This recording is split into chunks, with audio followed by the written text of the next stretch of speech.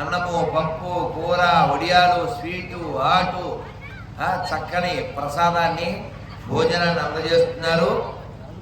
నిన్న రాత్రి కూడా వచ్చి కాస్త వడ్డం చేసి వెళ్ళాం. ఇప్పుడు ఇక్కడ వడ్డంతో పాటు ఆ స్వీకారాన్ని కూడా చేస్తాము.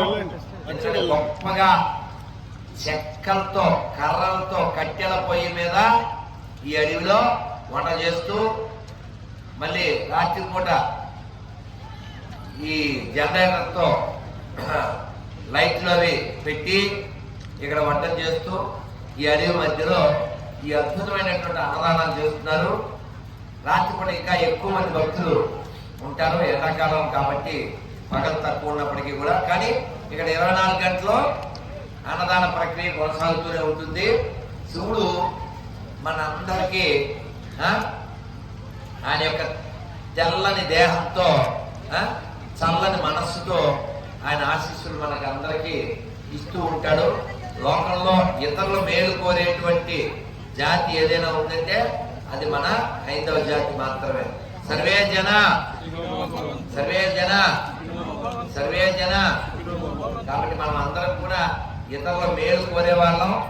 ఇతరులు అడిగారని మనం ఉపకారం చేయం, అడగకపోయినా నేనేం చేయగలను అని ఆలోచిస్తాం. కాబట్టి మీరు కూడా మీ ఇళ్ళకి వెళ్ళిన తర్వాత నా చుట్టుపక్కల ఉండేటువంటి హిందూ బంధువులకి, నా మిత్రులకి నేను ఏం చేయగలను అని ఆలోచించండి. ఆధ్యాత్మికంగా ఎదగకపోతే ఎంత ధనం ఉన్నా, ఎంత పేరున్నా, నీ వెనకాల ఎంత జనం ఉన్నా, ఒక్కసారి మనలోంచి వాయువు వెళ్ళిపోతే మనం తీసుకెళ్లి పక్కన పడేస్తారు. కాబట్టి మనం అందరం శివుడి అనుగ్రహం పొందుదాం. ఒక్కసారి మంత్రం చెప్పండి. హర హర మహాదేవ, హర హర మహాదేవ, హర హర మహాదేవ.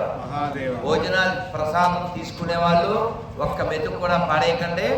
ఎంతో కష్టంతో ఈ రోడ్లు, మట్టి రోడ్లలో దాదాపు 40 కిలోమీటర్లు చాలా కష్టపడి సామాన్లన్నీ తెచ్చి ఇక్కడ పెట్టి వంట చేస్తున్నారు.